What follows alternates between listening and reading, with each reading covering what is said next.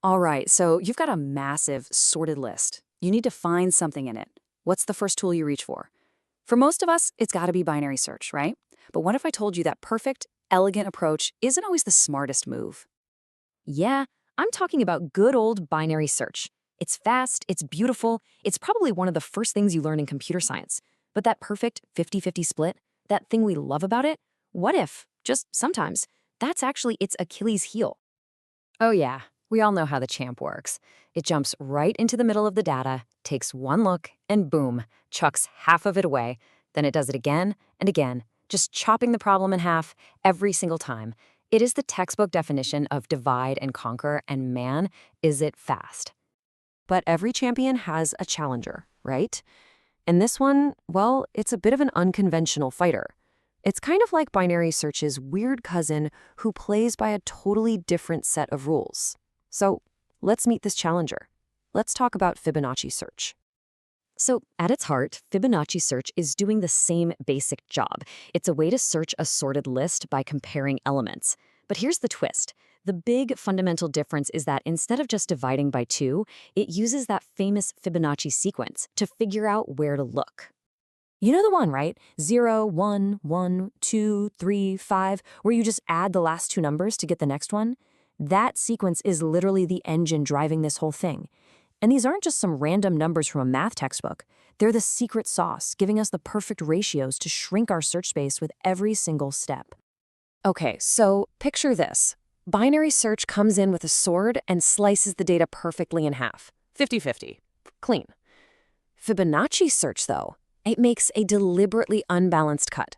It splits the array into two unequal chunks based on those Fibonacci numbers, which ends up being roughly a 2/3, 1/3 split. Now, why on earth would you ever want to do that? All right, so how do these two really stack up against each other? One is all about that simple division. The other uses this weird, cool sequence of numbers. Let's put them in the ring, side by side, and see what the real trade-offs are. So here we go, the classic champ versus the clever upstart. I mean, on the surface, they're both trying to do the exact same thing. But the path they take to get there, completely different. And trust me, that difference is everything. Okay, this table really lays it all out for us. Look at the top. Foundation, both are divide and conquer. Complexity, both are an amazing O log n. I mean, they're both super efficient. But then you get to the details. The split, binary search is always 50-50. Fibonacci, it's that lopsided 66-33 split. And the core operation is huge. Binary search uses division or that super fast bit shift. Fibonacci just uses simple addition and subtraction. But that last row, that's the kicker. Binary search can jump all over the place in memory. Fibonacci search tends to check out elements that are physically closer to each other. And that, my friends, is the secret to its power. And this is really the whole point, isn't it?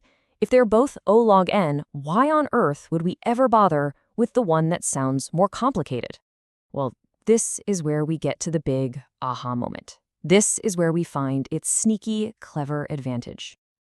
Right. You're probably thinking, but division is fast on modern computers. And you're totally right. Way back in the day, avoiding a division operation was a huge win for a CPU. But today, a bit shift to divide by 2 is basically free, just as fast as addition. So that old advantage? Gone. The real reason this algorithm is still so cool has nothing to do with the math on the page.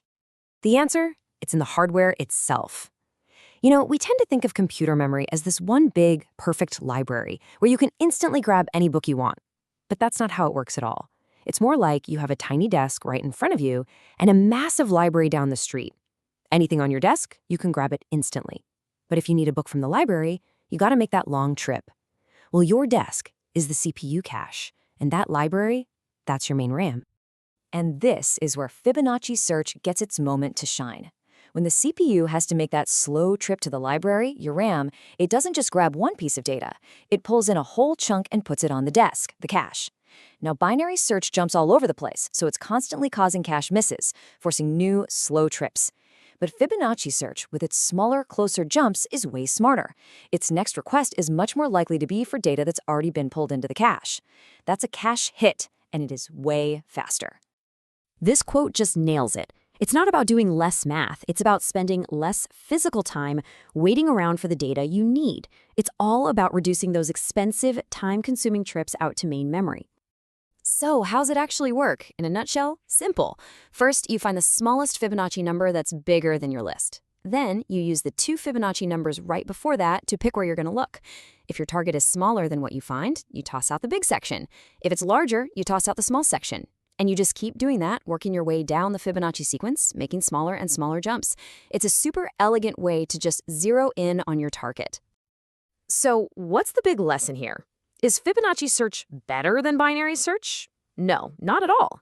The lesson is that the word best is just way more complicated than we usually think. And that's the real insight. True optimization isn't just about writing mathematically perfect code. It's about understanding the whole stack, from your software all the way down to the silicon it's running on. The truly best algorithm is the one that's designed to work with the hardware, not fight against it. And get this is the crazy part. If you ran these two in a perfect fantasy world where all memory access was instant, Fibonacci search would actually be slower. It does about 4% more comparisons on average. And that's what proves the point. Its advantage isn't theoretical. It's a real-world solution to a physical problem. It's willing to do a little extra computational work to save a lot more time on data access. So that leaves us with a really interesting question to chew on, doesn't it? This is just one example, but how many other solved problems in computer science, how many other best algorithms might look totally different if we stopped thinking about the abstract and started thinking about the physical machine they're running on? It's a pretty cool reminder that sometimes the smartest solution isn't just about the code, but about knowing the world it lives in.